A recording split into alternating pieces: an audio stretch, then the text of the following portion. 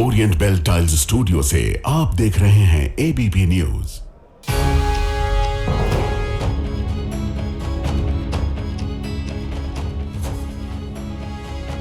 नमस्कार, मैं हूं प्रतिमा मिश्रा। दिन की हर बड़ी खबर के साथ आइए शुरू करते हैं भारत की बात। शुरुआत उन खबरों से जिन पर विस्तार से करेंगे चर्चा। अहमदाबाद के एक स्कूल में 10वीं के छात्र ने दूसरे छात्र की चाकू से हत्या कर दी। स्कूलों में बच्चों के बीच हिंसा का ये ट्रेंड क्यों बढ़ रहा है, आज इस बड़ी खबर का विश्लेषण आपके लिए होगा। सरकार ने लोकसभा में आज एक बिल पेश किया। इसके तहत गिरफ्तारी या 30 दिन हिरासत पर पीएम और सीएम को कुर्सी छोड़नी होगी। सरकार इसे सियासी शुद्धिकरण बता रही है, लेकिन विपक्ष इसे सरकार का मनमानीकरण क्यों कह रहा है, ये भी आपको बताएंगे। उत्तराखंड में नैनीताल पंचायत चुनाव को लेकर हाई वोल्टेज ड्रामा चल रहा है। इस सियासी ड्रामे में अपहरण और धरने वाली पॉलिटिक्स क्या है, यह खबर भी आपके लिए होगी। और हर दिन की तरह रात 8:30 बजे आप मेरे साथ देखेंगे स्पेशल रिपोर्ट तबाही का टॉर्चर। तो आइए शुरुआत करते हैं और सबसे पहले बात आज की सबसे बड़ी खबर की करेंगे। ये खबर स्कूल में आपके बच्चे की सुरक्षा से जुड़ी हुई है। गुजरात का अहमदाबाद स्मार्ट सिटी प्रोजेक्ट वाला शहर है। इस शहर के एक प्राइवेट स्कूल में एक छात्र ने दूसरे छात्र की हत्या कर दी। 10वीं क्लास में पढ़ने वाले छात्र ने 10वीं क्लास में ही पढ़ने वाले दूसरे छात्र को चाकू से हमला कर मौत के घाट उतार दिया। अब छात्र की हत्या पर स्कूल प्रबंधन के खिलाफ लोगों में आक्रोश है। स्कूल के अंदर और बाहर हंगामा, तोड़फोड़ और प्रदर्शन की ये तस्वीरें उसी आक्रोश का परिणाम है। ये खबर सुनकर या देखकर आगे बढ़ने वाली नहीं है, बल्कि इस खबर की गंभीरता और संवेदनशीलता को समझना आपके और हमारे लिए बेहद जरूरी है। सोचिए, जिस छात्र की हत्या हुई वो भी नाबालिग था और जिसने हत्या की वो भी नाबालिग है। यहाँ गौर करने वाली बात तो यह है कि हर दिन आप अपने बच्चों को तैयार कर उनका लंच पैक करके स्कूल भेजते हैं, ठीक उसी तरह मारे गए छात्र के माता पिता ने भी अपने बच्चे को स्कूल भेजा होगा। स्कूल भेजकर वो निश्चिंत हो गए होंगे कि अब एक सुरक्षित माहौल में उनका बच्चा पढ़ाई लिखाई करेगा और हर दिन की तरह घर वापस लौटेगा। लेकिन एक दिन बच्चा नहीं लौटता, बल्कि बच्चे की लाश जो है वो घर लौटती है। ऐसा क्यों होता है? पता चलता है कि स्कूल के ही छात्र ने उसकी हत्या कर दी। जानकारी के मुताबिक दोनों बच्चे अलग समुदाय के थे, तो कुछ लोग इसमें धर्म वाला एंगल भी खोज रहे हैं। लेकिन ये खबर धर्म की चादर डालकर कवर करने वाली नहीं है, बल्कि ये खबर स्कूल में हमारे और आपके बच्चों की सुरक्षा से जुड़ी है। इसलिए इस खबर को देखने के बाद लोग तरह तरह की बातें कर रहे हैं। जैसे, बताओ अब स्कूल में भी बच्चे सुरक्षित नहीं हैं। प्राइवेट स्कूल में ऐसा होगा तो फिर बच्चे कहाँ पढ़ेंगे? क्या अब बच्चों के साथ स्कूल में बॉडीगार्ड रखने होंगे? हम बच्चों को स्कूल में पढ़ने भेजते हैं या मरने के लिए भेजते हैं? स्कूल भेजने से तो अच्छा है कि हम अपने बच्चों को ऑनलाइन पढ़ा लें।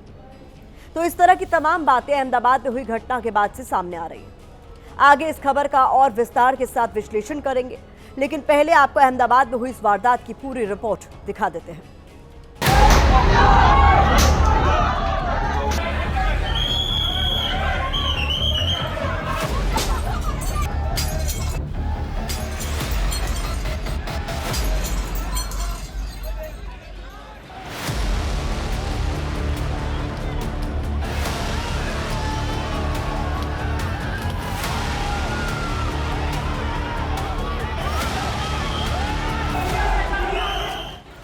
अहमदाबाद के स्कूल का दृश्य देखकर हर माता पिता के मन में एक सवाल, आखिर स्कूल के भीतर कॉपी पेन चलाने वाले हाथ चाकू चलाना कब से सीख गए? जिस उम्र में स्टूडेंट्स इंग्लिश मैथ्स की उलझन को सुलझाने में बिजी रहते हैं, उस उम्र वाले दिमाग में मर्डर की कैलकुलेशन कैसे शुरू हो गई? 7 डे स्कूल की चारदीवारी के भीतर दो छात्रों के बीच ऐसा क्या हुआ कि एक ने दूसरे छात्र की हत्या कर दी? अब हत्या पर आक्रोश की चिंगारी भड़की है। माता पिता और अभिभावक गम और गुस्से में हैं। गुस्साए लोगों ने स्कूल में घुसकर तोड़फोड़ की, खिड़कियों के शीशे तोड़ दिए, दरवाजों को उखाड़कर फेंका, स्कूल की पार्किंग में खड़ी बसों, गाड़ियों, वाहनों को नुकसान पहुंचाया, स्टाफ के साथ मारपीट की, प्रिंसिपल पर भी हमला किया। पुलिस के सामने भी स्कूल स्टाफ के साथ मारपीट और हिंसा की गई। आक्रोशित भीड़ ने पुलिस की गाड़ी को भी क्षतिग्रस्त करने की कोशिश की। जानकारी के मुताबिक कुछ दिन पहले दोनों छात्रों के बीच धक्का मुक्की हुई। तब किसी ने नहीं सोचा धक्का मुक्की का विवाद इतना बढ़ जाएगा कि एक छात्र की जान ही ले लेगा। बाद में छात्र ने 10वीं क्लास में पढ़ने वाले दूसरे छात्र पर स्कूल के बाहर चाकू से हमला किया। बताया जाता है इसके बाद घायल छात्र बचने के लिए स्कूल में भागा, लेकिन आरोप है स्कूल प्रबंधन ने उसे वक्त रहते अस्पताल नहीं पहुंचाया। अगर घायल छात्र को समय पर इलाज मिल जाता तो शायद उसकी जान बच सकती थी। 7 डे स्कूल के बाहर जो पेरेंट्स हैं और एबीवीपी के जो स्टूडेंट्स हैं, बजरंग दल है, सभी लोगों में ये आक्रोश नज़र आ रहा है। यहाँ पर स्कूल मैनेजमेंट ने वक्त पर जो स्टूडेंट था उसको हॉस्पिटल नहीं पहुँचाया। प्रिंसिपल ने 108 नहीं मंगाई, टीचर ने 108 नहीं मंगाई, प्यून खड़ा था, सिक्योरिटी पे नहीं मंगाई। बच्चे को कौन लेकर गया? हमारी बहू और हमारे घर से सब आए थे, तो उन्होंने तात्कालिक रिक्शा में लेके सरदार पटेल हॉस्पिटल में ले गए थे। कुछ लोगों का यह भी कहना है कि आरोपी छात्र के साथ कुछ और लोग भी शामिल थे जिन्होंने मिलकर वारदात को अंजाम दिया। क्योंकि मामला अलग अलग समुदाय के छात्रों से जुड़ा है, इसीलिए कुछ लोगों को इसमें धर्म वाला एंगल नजर आ रहा है। वो लोग इस खबर को धर्म के लेंस से देख रहे हैं। हमारे लिए दुर्भाग्यपूर्ण है, सभ्य समाज के लिए रेड सिग्नल है। बच्चों एक क्राइम तक पहुंच गए। परिवार को मैं हृदयपूर्वक की सांत्वना देता हूं और शिक्षा विभाग के हमारे जिला शिक्षण अधिकारी सब स्कूल पहुंच चुके हैं, उसकी तपास हो रही है। लगता है उन्हें इस मुद्दे की गंभीरता और स्कूल में बच्चों की सुरक्षा को लेकर समझ की कमी है, क्योंकि जरूरी नहीं कि दो अलग अलग समुदाय के छात्रों के बीच ही इस तरह की घटना हो। ऐसा विवाद स्कूल में किसी भी धर्म या समुदाय के छात्रों के बीच हो सकता है, लेकिन कुछ लोगों को इस विवाद में सिर्फ अपना चेहरा चमकाने का मौका मिला। विश्व हिंदू परिषद और बजरंग दल जैसे हिंदूवादी संगठनों के कार्यकर्ता स्कूल के बाहर पहुंच गए, हंगामा किया, नारेबाजी की। हालात पर काबू पाने के लिए पुलिस को हल्का बल प्रयोग करना पड़ा। कायदे के संघर्ष में जो बालक था, जो अक्यूज के रूप में था, उसको पुलिस द्वारा डिटेन किया गया और जे एक्ट के अकॉर्डिंग कार्रवाई पुलिस द्वारा की जा रही थी। सभी लोगों से रिक्वेस्ट करते हैं कि हम सबको कानून व्यवस्था में सहयोग करना चाहिए। जितनी भीड़ कम होगी, पुलिस उतनी अच्छी तरीके से इस इन्वेस्टिगेशन को आगे बढ़ा पाएगी। फिलहाल इलाके में हालात तनावपूर्ण हैं, लेकिन इस खबर से अहमदाबाद ही नहीं बल्कि पूरे देश के माता पिता दहशत में हैं। उन्हें स्कूल में अपने बच्चों की सुरक्षा का डर सता रहा है। वाकई ये बेहद हैरान कर देने वाली घटना है कि स्कूल के भीतर हुए विवाद में छात्रों के बीच चाकू से लड़ाई हो रही है। पहले तो कभी स्कूल में ऐसे झगड़े या विवाद सामने नहीं आया करते थे। हम और आप जब अपने स्कूल डेज को याद करते हैं तो शायद ही कभी आपके किसी दूसरे छात्र के साथ ऐसी कोई गंभीर लड़ाई हो जिसे लगता ही नहीं है। ऐसे में इस घटना के संदर्भ में हमने एक चार्ट तैयार किया है। इसे देखकर आपको पता चलेगा कि पहले स्कूलों में कैसे झगड़े हुआ करते थे और अब क्या कुछ हो रहा है। पहले स्टूडेंट्स के बीच लड़ाई इस बात को लेकर हुआ करती थी कि एक छात्र ने दूसरे छात्र की कॉपी या पेन चुरा लिया। अब लड़ाई इस बात पर हो रही है कि तूने मुझे धक्का कैसे दिया। पहले स्कूलों में दो छात्र इसलिए झगड़ जाते थे कि दूसरे छात्र ने टीचर से उसकी शिकायत क्यों की। अब छात्रों के बीच इस बात पर लड़ाई हो रही है कि तूने मुझे सोशल मीडिया पर लाइक क्यों नहीं किया, ब्लॉक क्यों कर दिया। पहले ऐसा भी होता था कि किसी महिला मित्र को लेकर दो छात्र आपस में लड़ भिड़ जाते थे। अब क्या हो रहा है कि धक्का मुक्की के विवाद में मर्डर तक हो जाता है। अब अहमदाबाद की घटना को लेकर देश के दूसरे शहरों में माता पिता क्या सोच रहे हैं वो सुनना जरूरी है।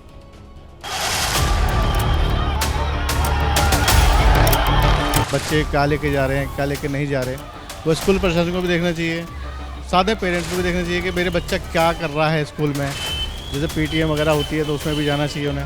ये चीज़ सुन करके दिल थोड़ा सा डालता है कि बच्चों को हम स्कूल में पढ़ने के लिए भेज रहे हैं, ऐसे कर रहे हैं, तो ऐसा नहीं होना चाहिए, ये चीज़ गलत है। जो बच्चे बिगड़ रहे हैं, सोशल मीडिया का तो इसमें 101% हाथ है। स्कूल के अंदर भी बच्चों को ये शिक्षा दी जाए कि कम से कम मतलब मोबाइल यूज करें या कंप्यूटर यूज करें। सबसे बड़ी मैं जिम्मेवारी पेरेंट्स की मानता हूँ और कहीं ना कहीं स्कूल प्रबंधक को भी चाहिए कि वो जो प्रतिदिन बच्चों का एक बैग चेकअप है या उनका पॉकेट है वो चेक करके भेज। माता पिता और समाज के लिए सबसे ज्यादा चिंता में डालने वाली बात यह है कि स्कूलों में इस तरह की हिंसा का ट्रेंड लगातार बढ़ता जा रहा है। इसी 18 अगस्त को यूपी के गाजीपुर में प्राइवेट स्कूल में पढ़ने वाली 9वीं क्लास के छात्र ने 10वीं के छात्र को चाकू से हमला कर मौत के घाट उतार दिया। जनवरी 2025 को दिल्ली में शकूरपुर इलाके के जो सरकारी स्कूल है वहां दो छात्रों के झगड़े के बाद एक छात्र की चाकू लगने से मौत हो गई। अगस्त 2024 को राजस्थान के उदयपुर में सरकारी स्कूल में पढ़ने वाले 15 साल के छात्र ने दूसरे छात्र की चाकू से हत्या कर दी। सितंबर 2024 को असम में दरांग जिले में सरकारी स्कूल में पढ़ने वाले 9वीं क्लास के एक छात्र की 10वीं क्लास के छात्र के साथ हिंसक झड़प के बाद जान चली गई। अब सवाल यह है कि इस खतरनाक ट्रेंड के तेजी से बढ़ने की वजह क्या है? क्यों आजकल बच्चों के बीच हिंसा की प्रवृत्ति बढ़ती जा रही है? जब हमने इस विषय पर रिसर्च किया तो हमें एक फैक्ट मिला। विश्व स्वास्थ्य संगठन यानी वर्ल्ड हेल्थ ऑर्गेनाइजेशन के मुताबिक दुनिया भर में 10% से ज्यादा किशोर सोशल मीडिया के इस्तेमाल से नकारात्मक तौर पर प्रभावित होते हैं। सोशल मीडिया के ज्यादा इस्तेमाल से बच्चों में अकेलापन और हिंसा की प्रवृत्ति बढ़ रही है। WHO के मुताबिक जैसे जैसे वैश्विक स्तर पर सोशल मीडिया का इस्तेमाल बढ़ रहा है, वैसे वैसे बच्चों के बीच शारीरिक और मानसिक समस्याओं में इजाफा हो रहा है। एक्सपर्ट्स का इस पर क्या कुछ कहना है, वो सभी माता पिता के लिए जानना सबसे ज्यादा जरूरी है। ट्रेनिंग ठीक से नहीं दी जाएगी तो बच्चे का जो थॉट प्रोसेस है, जो एक्शन है, वो इस तरीके से नहीं होगा जो एक मैच्योर व्यक्ति से आप एक्सपेक्ट करेंगे। चारों तरफ से हिंसा आप देखते हैं, चाहे वो आप टीवी पे देखते हैं, चाहे आप कंट्रीज को लड़ते हुए देखते हैं, चाहे आप वैसे फाइट्स देखते हैं, तो आपके दिमाग में हर वक्त ये लगता है आपको कि कोई भी अगर कॉन्फ्लिक्ट है तो उसको रिजॉल्व करने के लिए लड़ना होगा, जो कि गलत है। सोशल मीडिया का यूज बहुत लिमिटेड मात्रा में ही उनको करने दें और गाइड करें, बच्चों को कोई प्रॉब्लम है समझाएं क्या सही है क्या गलत है। अब वक्त इस खबर पर सोशल मीडिया के ओपिनियन का है तो यूजर्स लिख रहे हैं, माता पिता बच्चों में आ रहे आक्रामक व्यवहार को क्यों नहीं पकड़ पाते? बच्चों में इतना अग्रेशन कहां से आ रहा है? इतनी कम उम्र में चाकू लेकर स्कूल आना और हत्या करना चिंता का विषय है। तो ये इस खबर पर सोशल मीडिया का नजरिया है। अब देश की राजनीति का रुख करते हैं और बात उस बिल की करते हैं जिस पर सियासी गलियारों में नैतिकता, शुद्धिकरण और दुरुपयोग जैसे शब्दों का शोर सुनाई दे रहा है। गृह मंत्री अमित शाह ने आज लोकसभा में 3 बिल पेश किए। ये बिल उस 130वें संविधान संशोधन का हिस्सा है जिसमें यह प्रावधान किया जा रहा है कि प्रधानमंत्री, मुख्यमंत्री या किसी भी मंत्री को गिरफ्तारी या 30 दिन तक हिरासत में रहने पर पद छोड़ना होगा। शर्त यह है कि जिस अपराध के लिए हिरासत या गिरफ्तारी हुई है उसमें 5 साल या ज्यादा की सजा का प्रावधान हो। कहने का मतलब यह है कि अब जेल से सरकार नहीं चलेगी, यानी पीएम, सीएम या कोई मंत्री अगर जेल में बैठकर सरकार की कमान हाथ में रखना चाहता है तो ये बिल उसे ऐसा करने से रोकता है। 30 दिन हिरासत में रहने पर अगर इस्तीफा नहीं देते हैं तो बिल के प्रावधानों के तहत वो अपने आप ही पदमुक्त हो जाएंगे। आज लोकसभा में बिल पेश किए जाने के दौरान सदन में भारी हंगामा हुआ। विपक्ष के सांसदों ने बिल की कॉपी फाड़कर गृह मंत्री अमित शाह की तरफ उछाल दी। गृह मंत्री की तरफ कागज के गोले फेंके गए। इसके बाद गृह मंत्री अमित शाह ने बिलों को संयुक्त संसदीय समिति यानी जेपीसी को भेजने की बात कही। ये तीनों बिल अलग अलग इसलिए लाए गए हैं क्योंकि केंद्र सरकार, राज्य सरकार और केंद्र शासित राज्यों के लीडर्स के लिए अलग अलग प्रावधान है। महोदय, मैं प्रस्ताव करता हूं कि भारत के संविधान का संशोधन करने वाले विधेयक को पुनर्स्थापित करने की अनुमति दी जाए।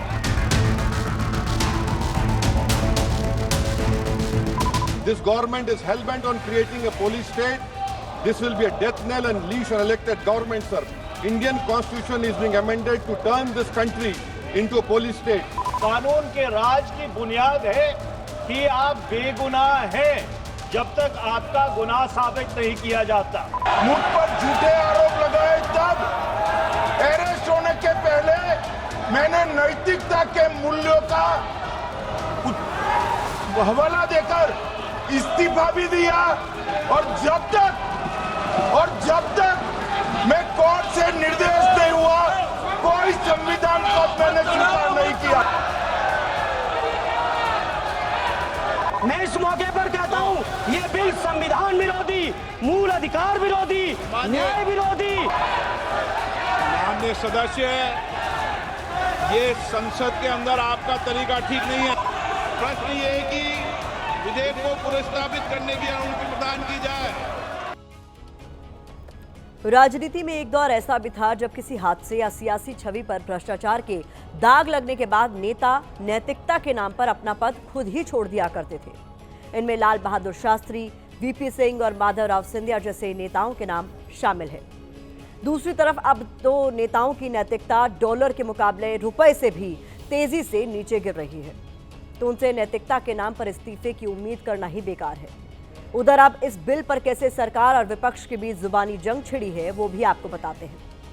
सरकार का तर्क है कि संवैधानिक पद पर नैतिकता का उच्च मापदंड जरूरी है। विपक्ष कह रहा है कि सरकार कानून का दुरुपयोग करेगी। बिल के पक्ष में सरकार की दलील यह भी है कि इससे सरकार में लोगों का भरोसा बरकरार रखने में मदद मिलेगी।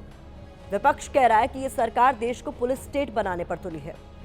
सरकार इसे लोकतंत्र की मजबूती के लिए जरूरी बता रही है, तो विपक्ष का आरोप है कि जैसे पुराने जमाने में राजा किसी को भी उसके पद से हटा दिया करता था, कुछ वैसा ही ये चाहते हैं। ये लोकतंत्र को नहीं मानते। फिलहाल अभी बिल की सदन में एंट्री ही हुई है, लेकिन इस पर सियासी गलियारों में जुबानी जंग की धार काफी ज्यादा तेज हो गई है। We are going back to medieval times when the king could just remove anybody at will.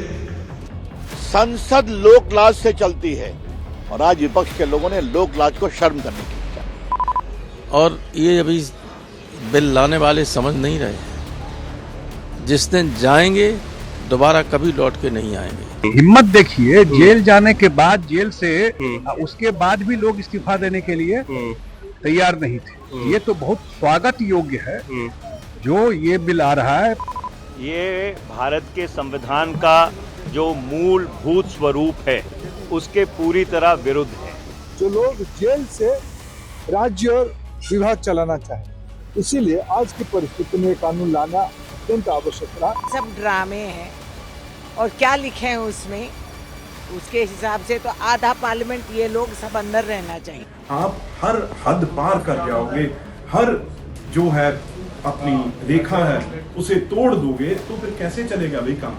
चाहे वो जर्मनी का रहा हो तानाशाह, इटली का तानाशाह रहा हो, रशिया का तानाशाह रहा हो, वो अपनी कुर्सी नहीं बचा। बिल के प्रति को फाड़ के फेंका गया, वो आज हम सबने देखा है।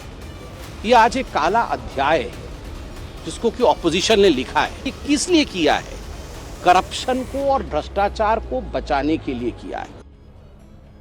इस बिल के विरोध में विपक्ष की एक दलील ये भी है कि कल को सरकार अपनी मनमर्जी चलाते हुए बिल का दायरा बढ़ा सकती है। यानी अभी ये बिल सिर्फ पीएम, मुख्यमंत्री और मंत्रियों तक सीमित है। बाद में क्या पता इसे सांसदों, विधायकों के ऊपर भी लागू कर दिया जाए। सरकारी अधिकारियों और कर्मचारियों की कुर्सी भी बिल के दायरे में आ जाए। ऐसा क्यों है, इसे बीते कुछ सालों में ईडी की तरफ से दाखिल किए गए मामलों के आंकड़ों से समझा जा सकता है, जिसमें केस तो हुआ लेकिन आगे कुछ नहीं हुआ। 10 सालों में 193 नेताओं के खिलाफ ईडी ने केस दर्ज किया। सिर्फ 2 मामलों में ही दोष सिद्ध हो सके। 2019 के बाद से ईडी ने 138 केस जो हैं वो दर्ज किए हैं। अप्रैल 2022 से लेकर मार्च 2023 तक यानी 1 साल के भीतर ईडी ने 32 केस दर्ज किए। इनमें से करीब 85% केस विपक्षी दलों के नेताओं के खिलाफ ही दर्ज किए गए। यही नहीं, पीएमएलए कानून की धारा 45 ऐसी है जिसके तहत ईडी की शक्तियां काफी बढ़ जाती हैं और आरोपी की जमानत मुश्किल हो जाती है। इसीलिए विपक्ष आरोप लगा रहा है कि सरकार इस बिल के बहाने विपक्ष की घेराबंदी करने की कोशिश करने में जुटी हुई है। राजनीतिक विश्लेषक भी क्या ऐसा ही मानते हैं, आपको सुनना चाहिए। सवाल ये है कि विपक्ष जब सत्ता में था तो क्या उसकी तरफ से एजेंसियों का दुरुपयोग किया गया था, जिसकी वजह से उसे इस बात का डर सता रहा है कि ये बिल आने के बाद एजेंसियों का दुरुपयोग होगा। सबसे महत्वपूर्ण बात यह है कि इस समय बहुत सारे जो विपक्ष के राज्य सरकारों के मुखिया हैं वो ईडी की रडार में हैं और शायद इसीलिए विपक्ष को लग रहा है कि ये कानून आने के बाद उनके जो तमाम राज्यों के मुख्य पदों पर बैठे हुए नेता हैं वो कहीं ना कहीं इसकी चपेट में आ जाएंगे। अब हम अपनी तीसरी खबर का रुख करते हैं। वैसे तो उत्तराखंड में आई आपदा की सबसे ज्यादा चर्चा है, लेकिन आजकल उत्तराखंड में सियासी आपदा भी आई हुई है। इस सियासी आपदा के आने की तारीख 14 अगस्त थी। 14 अगस्त को नैनीताल जिला पंचायत अध्यक्ष और उपाध्यक्ष पद के लिए चुनाव हुआ था। इस दौरान कांग्रेस ने आरोप लगाया कि बीजेपी ने उनके 5 जिला सदस्यों को किडनैप कर लिया है। 5 सदस्यों को पोलिंग सेंटर के पास से जबरदस्ती ले जाने का वीडियो भी सामने आया था। कांग्रेस कह रही है कि अपहरण के बाद 5 सदस्य वोट नहीं डाल पाए। इस पूरे मामले में 14 अगस्त से ही हर दिन एक नया ट्विस्ट, एक नया मोड़ आ रहा। पहले आपको इस मामले में आए ट्विस्ट पर एक रिपोर्ट दिखाते हैं, फिर इस पर हो रही राजनीति की बात करेंगे।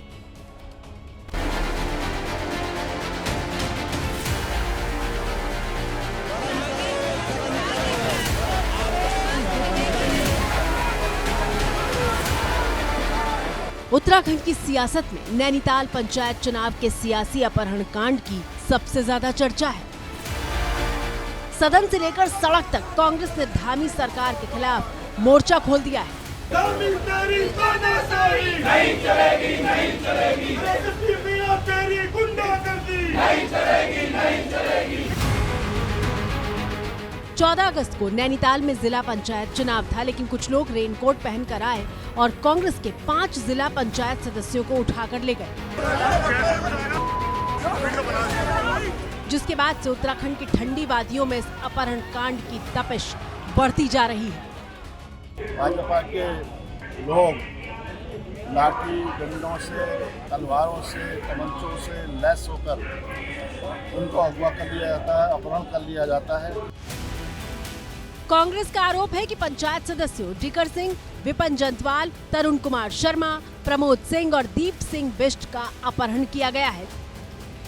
लेकिन इस मामले में मोड़ तब आया जब 5 सदस्यों ने खुद अपना वीडियो जारी करके मामले में नया ट्विस्ट ला दिया। हम सभी जिला पंचायत सदस्य हम अपनी मर्जी से, अपनी स्वयं की इच्छा से हम लोग घूमने निकले हुए हैं और हमने देखा सोशल मीडिया और अन्य जगह हमने देखा तो कहीं न कहीं हम लोगों के अपहरण की अफवाहें उड़ाई जा रही है, जो निंदनीय है।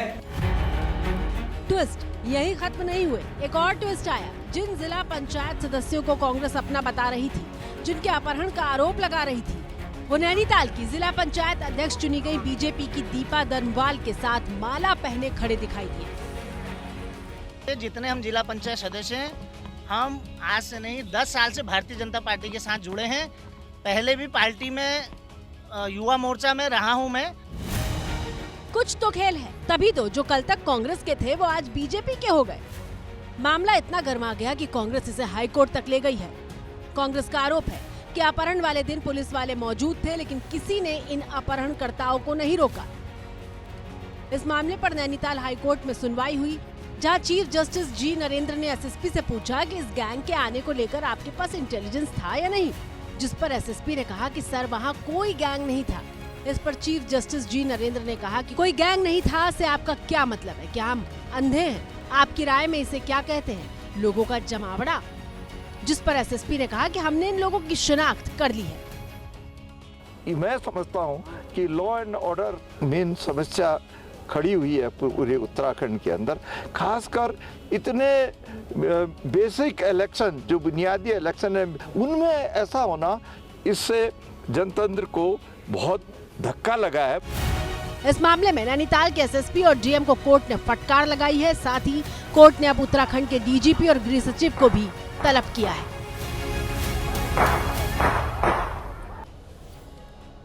कांग्रेस विधायकों ने नैनीताल जिला पंचायत चुनाव में कथित धांधली को लेकर विधानसभा में भी जमकर प्रदर्शन किया। सदन की कार्यवाही कई बार स्थगित हुई। कांग्रेस विधायकों ने रात भर विधानसभा भवन के अंदर स्पीकर की कुर्सी के सामने बिस्तर लगाकर धरना दिया। आज जब सदन की कार्यवाही शुरू हुई, आज भी तस्वीर हंगामेदार ही थी। आज इस मामले को लेकर नैनीताल में कांग्रेस कार्यकर्ताओं ने जोरदार प्रदर्शन किया। कांग्रेसी कार्यकर्ताओं के साथ पुलिस की झड़प भी हुई।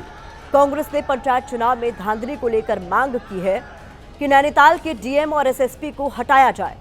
जिन अधिकारियों ने कानून का उल्लंघन किया है उन पर कार्रवाई हो। जिला प्रशासन की देखरेख में धांधली हुई है, इसे बर्दाश्त नहीं किया जा सकता।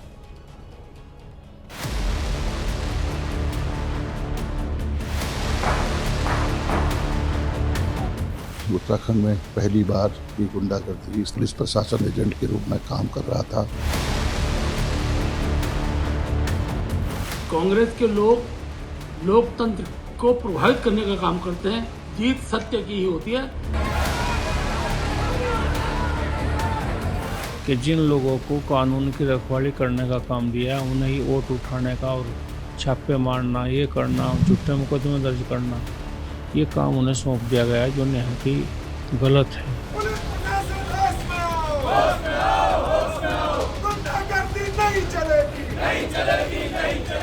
पंचायत चुनाव में भारी जीत भारतीय जनता पार्टी की हुई है। कानून व्यवस्था की स्थिति जहां पर एकाध जगह पर आई है, उसके लिए हम कार्रवाई कर रहे हैं।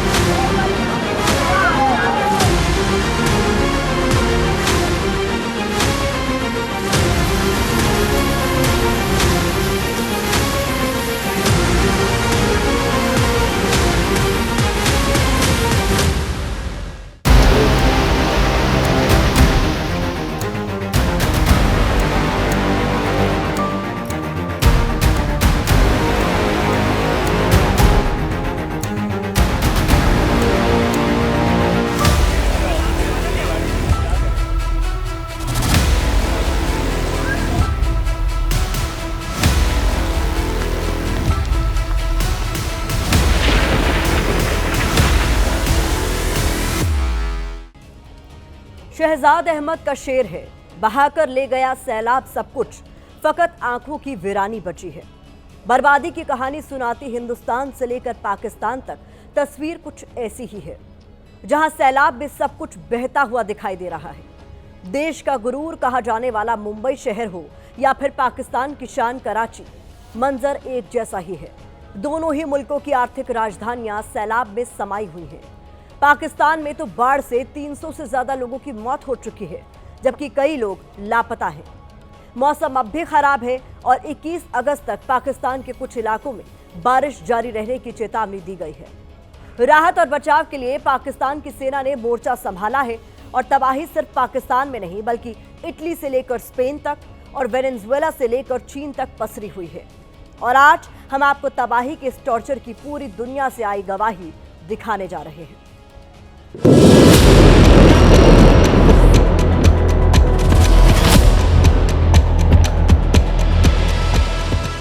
दुनिया की सुपर पावर बनने की होड़ में जुटा चीन हो या फिर कर्ज और कंगाली से जूझ रहा पाकिस्तान,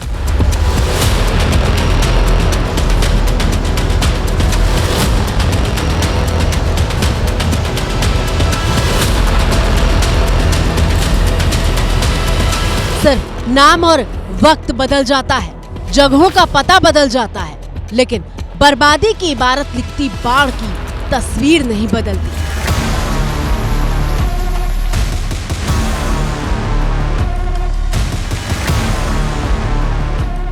इस मंजर को देखकर लगता है कि दुनिया के कोने कोने में तबाही का सैलाब मुंह फाड़े सब कुछ लील जाने के लिए निकल पड़ा।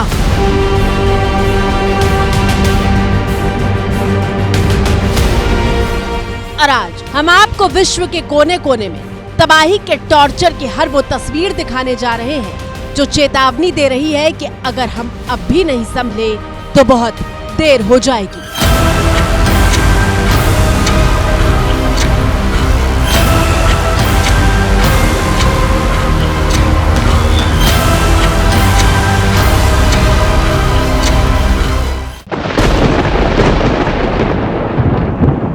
पहली तस्वीर ये पाकिस्तान के सबसे बड़े शहर कराची की तस्वीर है, जो जल समाधि में लीन दिखाई दे रहा है।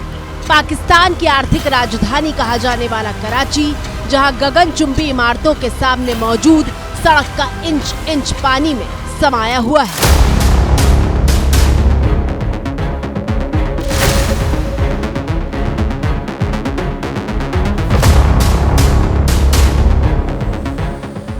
तमाम गाड़ियां भारी बारिश और पानी के बीच बंधक बनी हुई हैं। दूर से देखने के बाद अब जरा नजदीक से देखिए कि कराची की सड़कों पर बहते पानी की रफ्तार कितनी तेज है।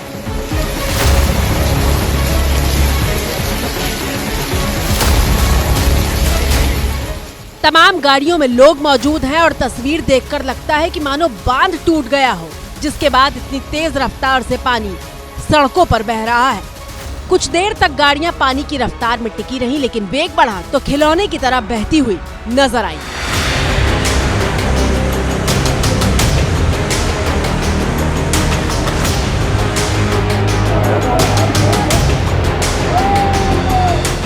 कैसी डरावनी तस्वीर है। क्या कभी सोचा था कि कराची की मुख्य सड़कों पर कुछ घंटों की बारिश के बाद सब कुछ बहता हुआ नजर आएगा। अगली तस्वीर देखिए, जो कराची के नेशनल हाईवे की बताई जा रही है। सड़क का डिवाइडर ना हो तो ये पहचानना मुश्किल हो जाएगा कि यहाँ कोई सड़क भी थी। हालात इतने खराब हो गए कि कराची के मोहल्लों में एक किनारे से दूसरे किनारे तक आने के लिए रस्सी का सहारा लेना पड़ रहा था।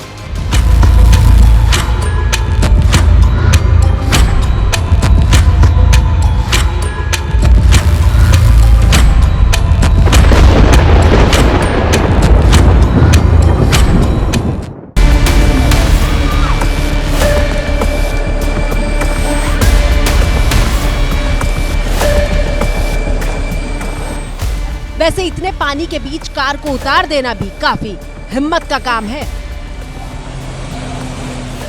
और ध्यान से देखिए, ये कराची का पॉश इलाका है, कोई झुग्गी बस्ती नहीं जहां से बारिश का पानी न निकल रहा हो। अगली तस्वीर देखिए, जो सीधे कराची एयरपोर्ट से सामने आई है। हवाई जहाज भी पानी की इस मार के बीच बेचारा दिखाई दे रहा है। कराची एयरपोर्ट का पूरा रनवे बाढ़ में डूबा है।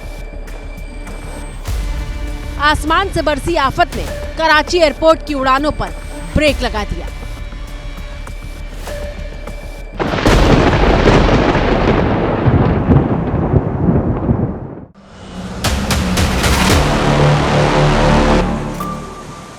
बाजार, दुकान, मकान, कराची का जर्रा जर्रा बेबस दिखाई दे रहा था। कराची में रिकॉर्ड बारिश के बाद ये हालात पैदा हुए थे।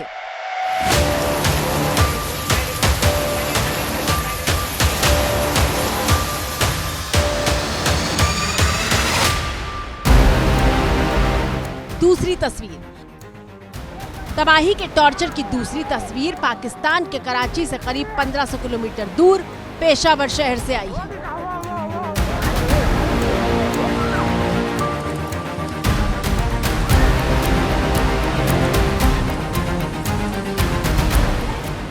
रिहायशी इलाकों के बीच से पानी सैलाब की शक्ल में बह रहा था।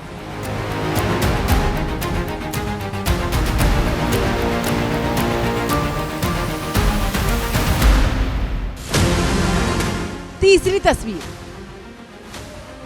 पाकिस्तान के खैबर पख्तूनख्वा में सबसे ज्यादा तबाही हुई है। तस्वीरें 15 अगस्त की हैं, जब हिंदुस्तान आजादी का जश्न मना रहा था और उसी दिन पाकिस्तान के बुनेर में बादल फटा था।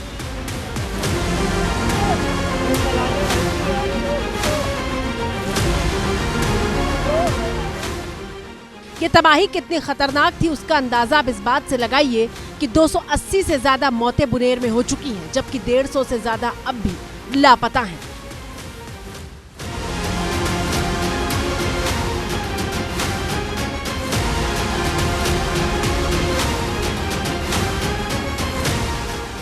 बुनेर को जोड़ने वाली 80% से ज्यादा सड़कें बह चुकी हैं।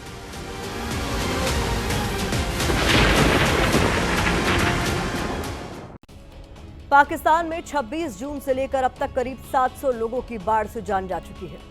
इतना ही नहीं, पाकिस्तान सरकार ने नई चेतावनी जारी करते हुए कहा है कि लोग बादल फटने वाले और ग्लेशियर लेक के फटने वाले इलाकों में ट्रैवल न करें। लगातार भारी बारिश के कारण लैंडस्लाइड हो सकता है। आपको ये सुनकर हैरानी होगी कि पूरी दुनिया में बाढ़ जैसी आपदा से साल भर में 33 लाख करोड़ का नुकसान होता है। यह आंकड़ा इतना बड़ा है कि कई देशों की अर्थव्यवस्था के बराबर है। और चिंता की बात तो यह है कि जलवायु परिवर्तन की वजह से नुकसान का यह आंकड़ा बढ़ने की आशंका है। 2050 तक बाढ़ से दुनिया भर में सालाना नुकसान 38 लाख करोड़ तक पहुंच सकता है। ऐसा इसलिए क्योंकि पाकिस्तान हो या फिर चीन, कोई भी खुद को बचा नहीं पा रहा। चौथी तस्वीर,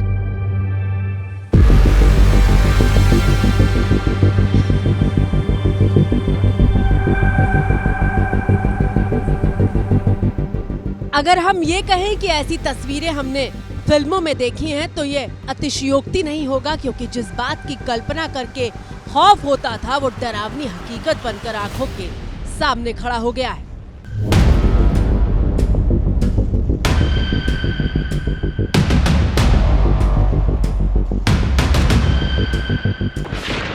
बिजली चमक रही है, भयानक तूफान आया हुआ है और प्रचंड वेग से बहते पानी में हेडलाइट जलाए कई गाड़ियां फंसी हुई हैं।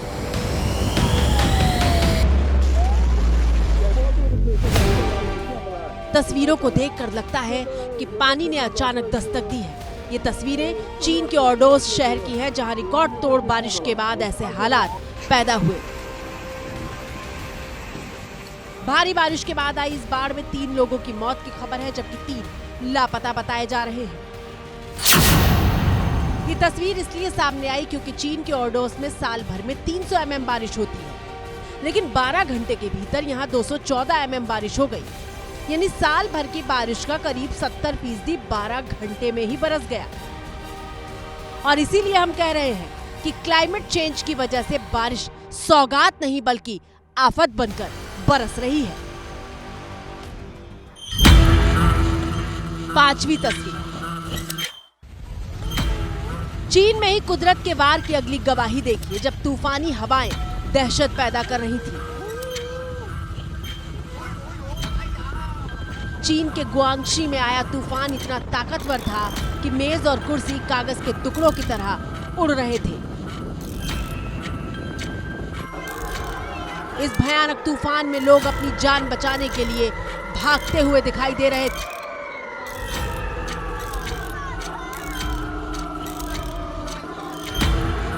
इस ट्रैम्पोलिन को देखिए, जो तूफान की भयावहता की गवाही दे रहा था।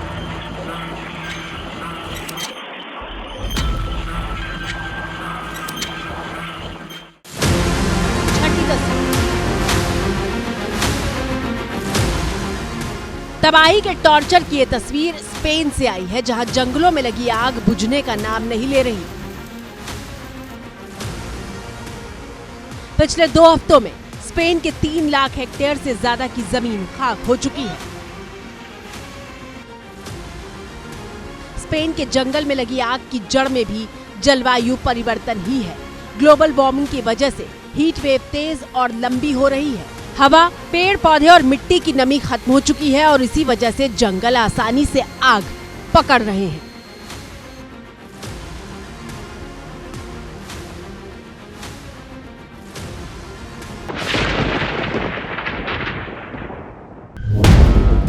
सातवीं तस्वीर, एक तरफ स्पेन है तो दूसरी तरफ इटली से आई ये तस्वीर देखिए, जहां हजारों टन मिट्टी और मलबे के साथ बाढ़ का पानी तबाही मचाने के लिए आगे बढ़ता हुआ दिखाई दे रहा है। 8वीं तस्वीर, इटली से आई यह 8वीं तस्वीर क्लाइमेट चेंज का नतीजा बताने वाली सबसे बड़ी गवाही है।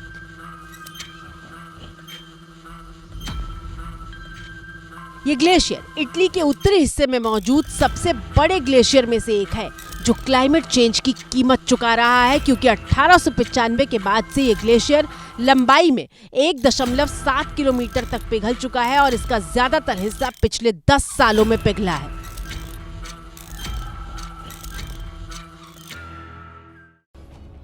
कहने का मतलब यह है कि पिछले कई सालों से हम क्लाइमेट चेंज के गंभीर नतीजों की चेतावनी सुनते थे। पर्यावरण से जुड़े जानकार बार बार कहते थे कि हमें कदम उठाने होंगे, वरना इसकी कीमत चुकानी होगी। और आप हिंदुस्तान से लेकर दुनिया के कोने कोने से आती तस्वीरें देखिए, हर कोई इसकी कीमत ही तो चुका रहा है। हमने सोमवार और मंगलवार को भारत की बात में आपको देश की आर्थिक राजधानी मुंबई के हालात दिखाए थे। मुंबई जैसा रसूख वाला शहर भी डूब गया क्योंकि बारिश बेहिसाब हुई, इतनी कि हमारी सारी ताकत, सारे संसाधन उसके सामने बौने साबित पड़ गए। और याद रखिएगा, ये अब बार बार होगा। तस्वीरें महाराष्ट्र के भिवंडी की हैं, जहां पिछले 3 दिनों से लगातार हो रही बारिश ने सड़कों को दरिया बना दिया है। इसीलिए तो बाजारों में सन्नाटा पसरा है, दुकानों के भीतर तक पानी भर चुका है।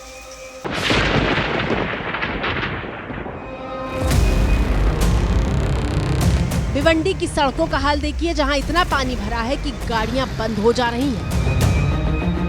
बारिश ने ना तो सड़क छोड़ी है और ना ही घर को बख्शा है।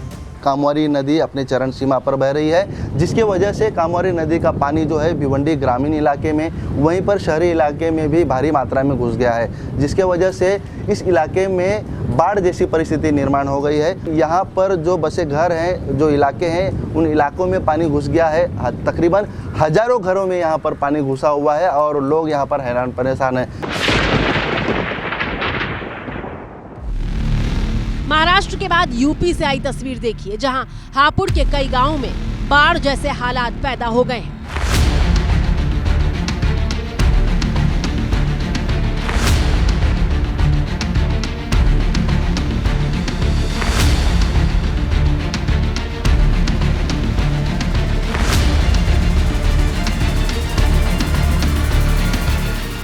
सैकड़ों बीघा फसल गंगा में बह गई है। कई गांवों से संपर्क टूट चुका है। नाव के सहारे लोग गांव से बाहर निकल रहे हैं। इस वक्त हम हापुड़ के चकलठीरा गांव में मौजूद हैं, जहां आप देख सकते हैं कि गंगा का पानी किस तरीके से गांव तक पहुंच गया है और जो सड़क है वो पूरी तरीके से वॉश आउट हो गई है। और आप देखिए कि जो गांव के लोग हैं वो बुग्गियों में बैठ करके आपको आते हुए नजर आएंगे और पानी काफ़ी ज़्यादा है, इसीलिए यहाँ पर बोट और नाव भी चलाई जा रही है। ये गाँव से 600 मीटर ही गंगा जी दूर है। रात को नींद भी नहीं आ रही, लोगों को डर ही डर महसूस हो रहा है कि अब क्या होगा।